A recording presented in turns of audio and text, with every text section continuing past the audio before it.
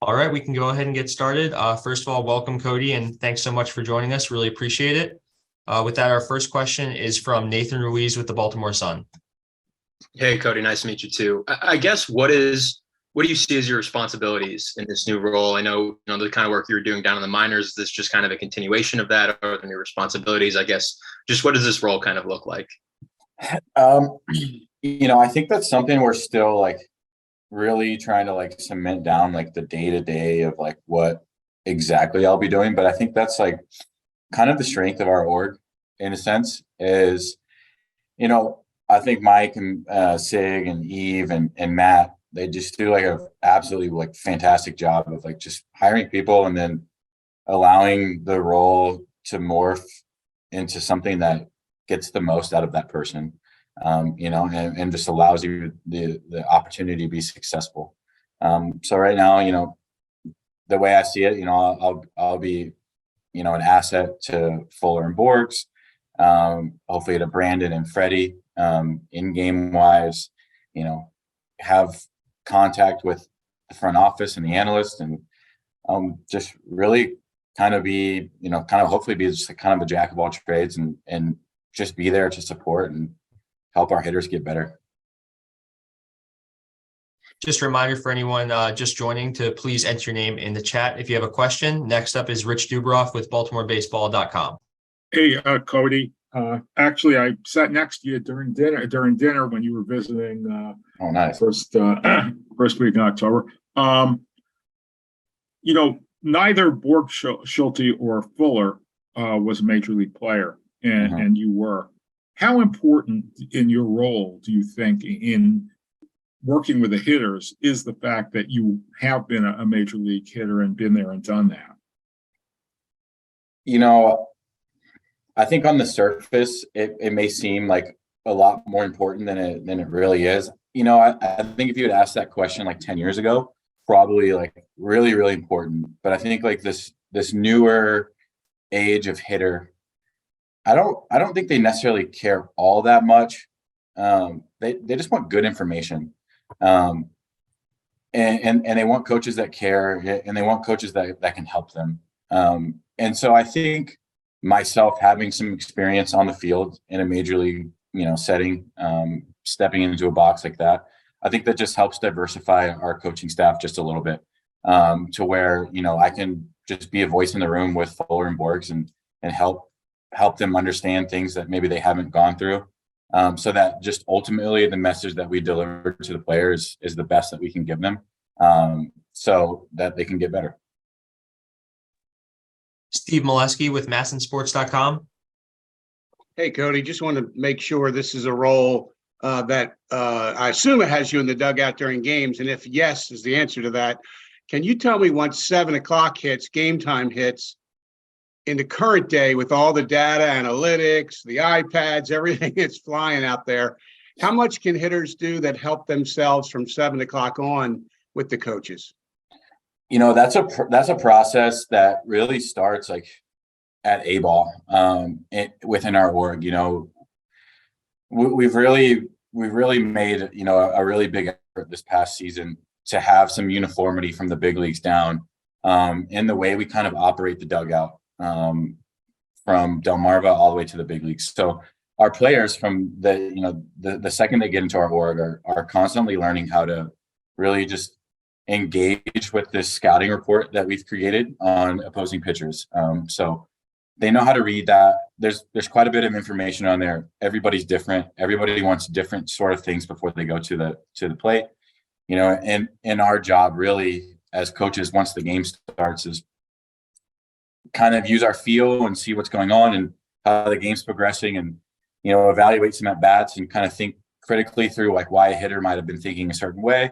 And then when pitchers come in, we're that first voice, and we're kind of the experts on what's going on, as far as the bullpen guys go and what they have and how they're going to attack. So like you said, in the heat of the moment, you got about, I don't know, a minute, 30 seconds to get to a hitter. If Mountcastle's leading off and we had a long inning on defense and they bring in a new righty, you might only have 25 seconds to get his ear, to give him a little bit of a nugget to get on deck. So our players are really good at that. They really understand the information that we have. And I think we've done a good job as an org of really only putting the relevant things on there. So it's not too much for guys to go through and, no paralysis by analysis kind of thing. But we're always trying to just know our players, and know what they need, and give them something that they can take from the dugout steps to on deck into the batter's box and just help them be just a little bit more successful. Next, we'll go to Jake Rill with MLB.com, and then we'll get to any follow-up questions. Hey, Cody, just how excited are you about the future of this team and this organization? How excited are you to be a part of it moving forward? Immensely. I was really fortunate that Matt and Mike really gave me a chance this past year, and gave me, kind of a large role in the minor leagues. And it was a big year for us in the minor leagues. We needed to have some development of some high level players. We did a good job, I think, in putting those guys in good situations. And we're really deep as an org on the hitting side right now. It's really fun to see the really good talent we have in the big leagues that still is developing skills and can still get better as big leaguers. And then we have guys that are chomping at the bit and the upper minors that are really ready to take off and start their own careers too. Dan Connolly with The Athletic. Sorry, Cody, I'm coming here through the light, so I hope you can see me here. When you spent the last week or so at Camden Yards, kind of checking things out, talking to people, whatever, was this job kind of in the works at that point? When did it come together where, you realized that you might be part of the major league staff? And if you did know that was a possibility, were there certain things you were looking at while you were there? No, that last week in Camden, I think, was more so just a chance for me to get back with the staff, since the minor league season was coming to an end, and I was heading down to Florida for instructional week anyways. So I think it was just really a chance to just be with Fuller and Borgs, because we had planned on doing that throughout the season. And then the schedule gets crazy and you got to fill here, fill in there, so things don't work out as well. But I would say the role kind of came together fairly soon after the season ended. Just kind of looking and seeing the future and how I can best use my skill set and leverage that and have the greatest impact in the org. And this came up, and I'm really excited and feel very fortunate that the front office believes in me, and they trust me to be around their major league assets, and they trust me to help our team get better. Nathan? Cody, what was your kind of personal development process for this type of role to become a coach? Who are some of the mentors, the people you relied on to get prepared for this type of situation? Yeah, so man, it's probably I've been preparing for this my entire career, honestly. I had a fairly quick rise to the major leagues, and kind of a fairly quick fall out of the major leagues. 3 years is whatever, like, under your belt as an everyday player, not quite as long as you would think, but after that, kind of spent time searching and trying to get better and looking for ways to do that. And then along the lines, met hitting instructors, met other people that are fairly prominent in some major league hitting circles, always trying to kind of having to be on the forefront of what was coming next and trying to get better, because I just didn't really have like the talent that I was just going to be able to skate by. So, like my lifelong hitting instructor, since I was like 14, he probably really built, his name's Rick Strickland. He coaches with the Cubs now. But he built a real passion for hitting inside of me, and just a really great person. And like the relationship I had with him, just being someone that I could just absolutely trust no matter what throughout my career, no matter what team I was with. And, that was like always that's something I try to strive to build with our players now.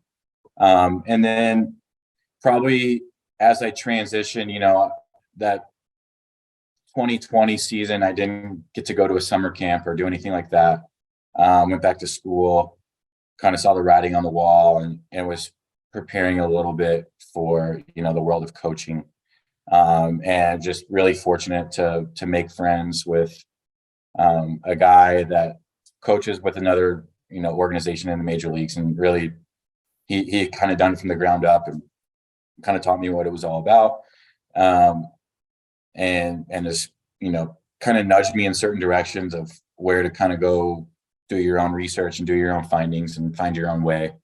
And then, that was someone that I got to rely on when I coached in Clearwater as well. It's once you're down there and you have your own team and kind of find who you are as a coach, and you learn a lot, man. You learn a lot just by interacting with players. And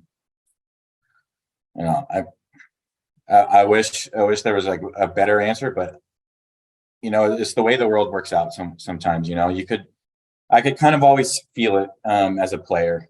I just was always kind of the person organizing like cage work in the off season, and kind of always the person the guys would come to and talk to, about the swing, and always down to sit in a cage and just watch, and just like really just infatuated by hitting. And I just loved it so much, and it was just kind of a natural transition once I knew my playing days were over. Rich? Cody, it wasn't that long ago that you were a big league player, barely 5 years ago. But coaching has really changed a whole lot. The way pitching and hitting are coached has changed. Has changed. What was do you see that?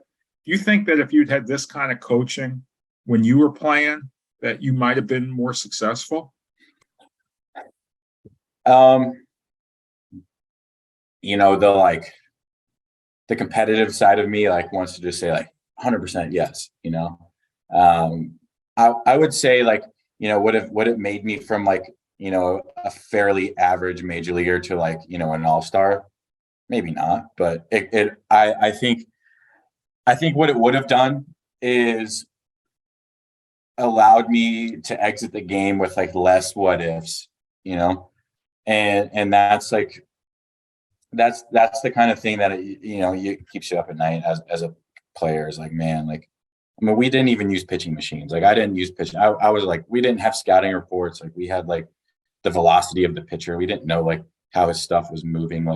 You could come in and face, back when out in the NL East, the Braves pitching staff had Craig Kimbrell as the closer, and we didn't really know anything besides he threw hard. Yeah, good luck. We're facing Jose Fernandez tonight. Good luck. He throws hard and he's got a good curveball. You're doing video research on your own.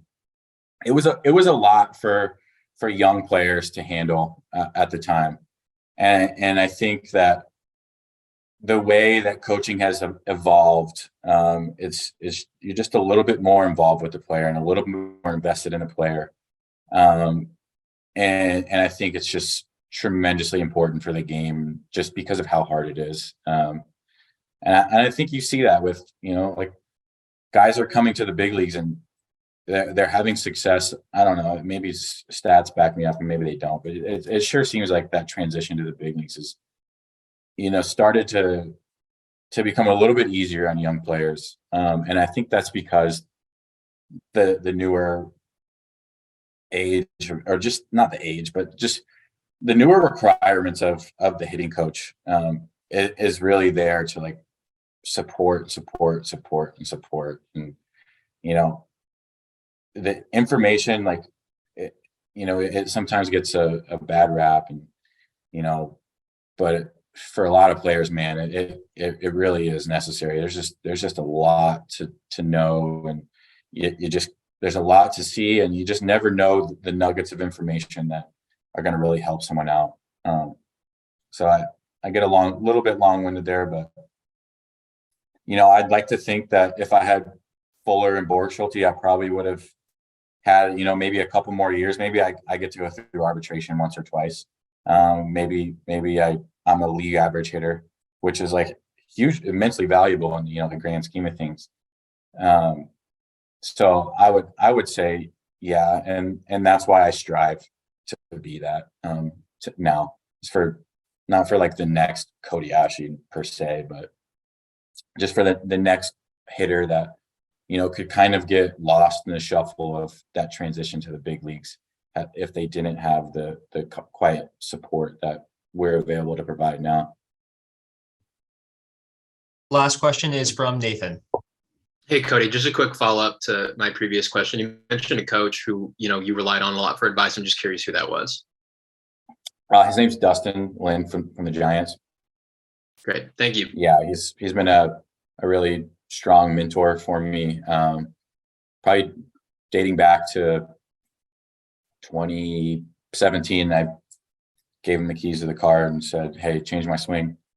And through that process, learned a ton about just hitting, skill development, coaching. But yeah, there's tons of people I could name, but the two that really stick out, like Rick, he's been had a huge impact on my life since I was 14 years old, and we still talk to this day. And then Dustin is one of my best friends, and we're lucky enough to now compete against each other, and both work in the same industry and at very high stakes level. All right, that is all the questions we have. Thanks so much for your time, Cody, and thank you everyone for joining us. Thanks, guys. Appreciate it, and look forward to talking more with y'all.